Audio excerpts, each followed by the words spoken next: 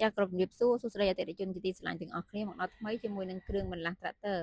ចាថ្ងៃនេះខាងបងបង្ថតបង្ហាញជូនជាមួយនឹងជង្គង់ឬក៏បងខ្លះហៅថាកកាច់សម្រាប់ tractor Kubota M85 និង95ខ្សែត្រាប់ជង្គង់នេះជាផលិតផល Kubota សុទ្ធបងជាកុងស៊ីលណាបងអាចមើលទឹកថ្នាំបានសាច់ដែកបានសាច់ដែកក៏ស្វិតមាន់ស្អាតណានេះទឹកថ្នាំគាត់ក៏ស្អាតដែរចឹងបងដែលមានតម្រូវការជង្គង់នេះអាចដាក់ការកម្មង់បានណាសម្រាប់តម្លៃអាចឆាតចូលក្នុង Page សួរបងបានឬក៏តំណ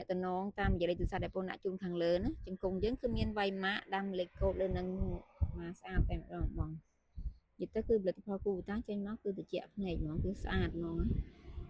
ចឹងបងដែលមានតម្រូវការជង្គង់នេះកម្មង់បានតម្លៃអាចឆាតចូល Page សួរបងបានឬក៏តំណតាមរយៈលេខទូរស័ព្ទដែលបងដាក់ជូនបានបញ្ជាក់ជូនខាងបងក៏មានសេវាផ្ញើជូន25ខេត្តក្រុងផងដែរធានាជូនរបស់ល្អរបស់សុទ្ធ 100% ជួយ like and share បងម្នាក់មួយផងដើម្បីទទួលបានវីដេអូថ្មីៗអរគុណច្រើន